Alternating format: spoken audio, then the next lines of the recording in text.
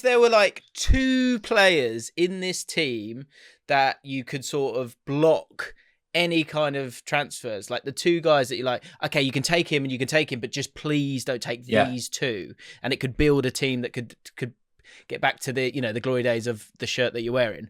What two would you pick? Hello everybody, I'm just about to do Dream Teams with Chrismd. Really excited to get him on the channel, and his team is fascinating. There are a couple of players here, little teas that packed up. One of them, I'm looking at it now, packed up in 1978. So keep an eye out for Dream Teams to find out why on earth Chris has picked that player. But I did want to chat to you briefly about Arsenal, because it's weird for you, I guess, because you've got a football channel. You obviously love the game. You obviously know the game, but you don't actually talk about the game that much. You tweet about it a little bit, and Rory will come after you if you're talking about Leeds or whatever it might be. But I just want to get your steer on, I guess, first of all, the Premier League season, but then second of all, like Arsenal in particular, because they're obviously your team. Yeah, I mean, first of all, I don't really talk about football that much because realistically, I feel like I don't know that much about it. That doesn't stop the rest. But that doesn't stop the rest of us, does it? That's true. That's very true. No, I mean, it's a good moment at the moment. I was not that, there was a period, I feel like after about a year of Arteta, where it didn't really look like we'd gone anywhere. And I was starting to be like, if we don't see huge improvements, then I'm going to start to be like, I feel like it's had long enough now.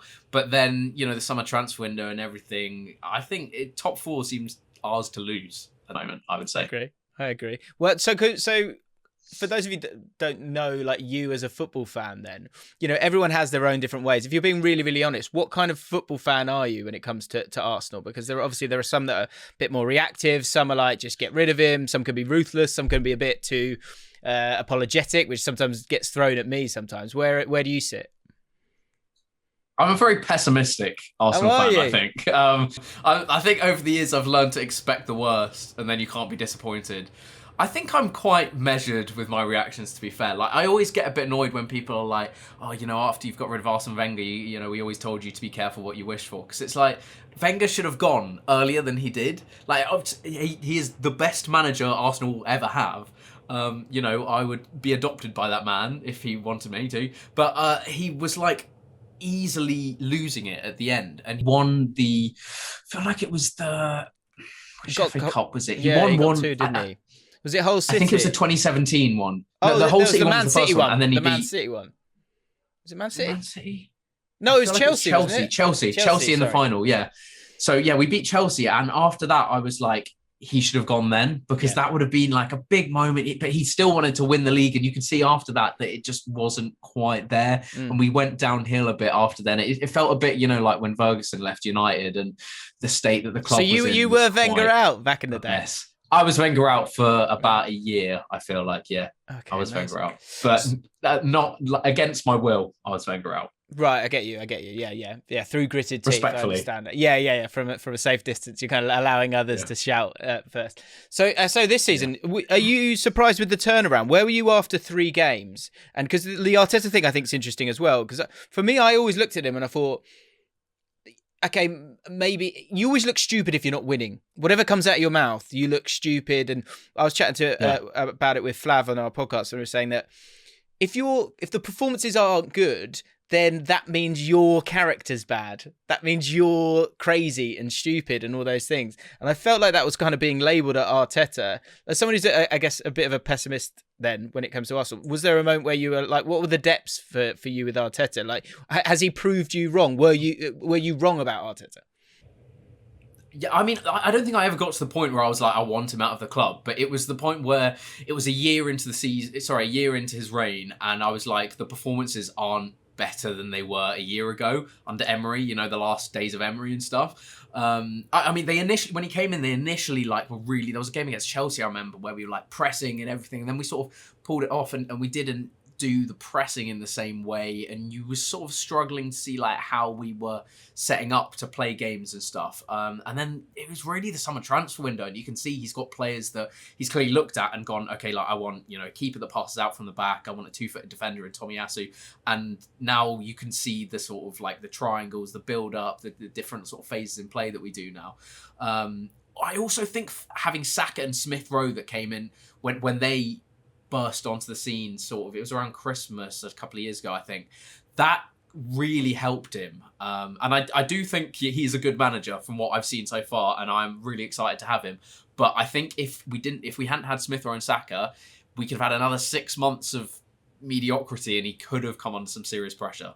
So with the top four thing, you feel like it's yours to lose. Do you think you'll be fine? How do you think it will play out? I think we've got some big matches still. We've still got Chelsea. We've still got Spurs. Someone else that's quite United. We've still got United. So we have some big games, but we do tend to play quite well against big teams now, which is very strange for us, in recent years. So I think that it's very much in our hands to lose, but I would much rather be in our position now than Spurs or United. I feel like Spurs are the biggest threat to us. I don't think United, even though United have been better under Ranić, I don't think. Yeah, they're going to run it into too tough. Yeah. I mean, I backed you a few weeks ago, and you're sort of making me look good at the moment. So hopefully you don't spoil it. Okay, final question, because we've got to do our dream team. Yeah. Of this squad, because I think it's like the start of something when it comes to Arsenal. What has happened in the past with Arsenal is that players have gone to Man City, essentially, or yes, Man United, right? If there were like two players in this team that you could sort of block any kind of transfers, like the two guys that you're like, okay, you can take him and you can take him, but just please don't take these two, and it could build a team that could get back to the the glory days of the shirt that you're wearing. What two would you pick? Saka, 100%. Obviously, that's an easy one. Second one would be probably Smith Rowe, because I do think he's got a huge future ahead of him. Not quite at the same level as Saka. I love him as a player, but Saka's just if he goes for big money, it's going to be big money. Who else would I not want to lose? So I thought that might be your three. Martinelli. You got Martinelli. Because I was thinking you got Martinelli, you got Odegaard, Saka. I think is the obvious one. So I was thinking, who is your second one? And like for me, Martinelli. I've seen sparks. Are you going Martinelli? I'd go Martinelli. Wow. Yeah. I think Martinelli's got the highest ceiling. I think he could turn out to be. He could just fizzle out and not be one of those players that the hype doesn't. That. But I think that. Yeah, he's got the biggest ceiling. Smith Rowe's. I don't know. It's very hard to say. I think Odegaard, Smith Rowe, Martinelli, but I would go Martinelli. Okay. Right, guys. Let us know in the comments below, and check out Dream Teams when it comes out.